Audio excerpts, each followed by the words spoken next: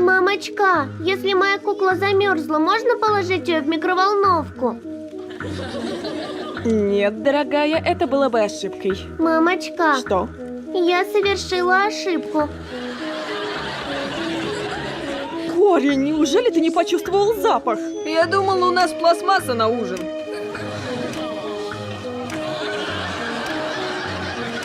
Мне все равно, как она выглядит. Дебби моя кукла, и я ее люблю. Что ж, милая, купим тебе другую куклу.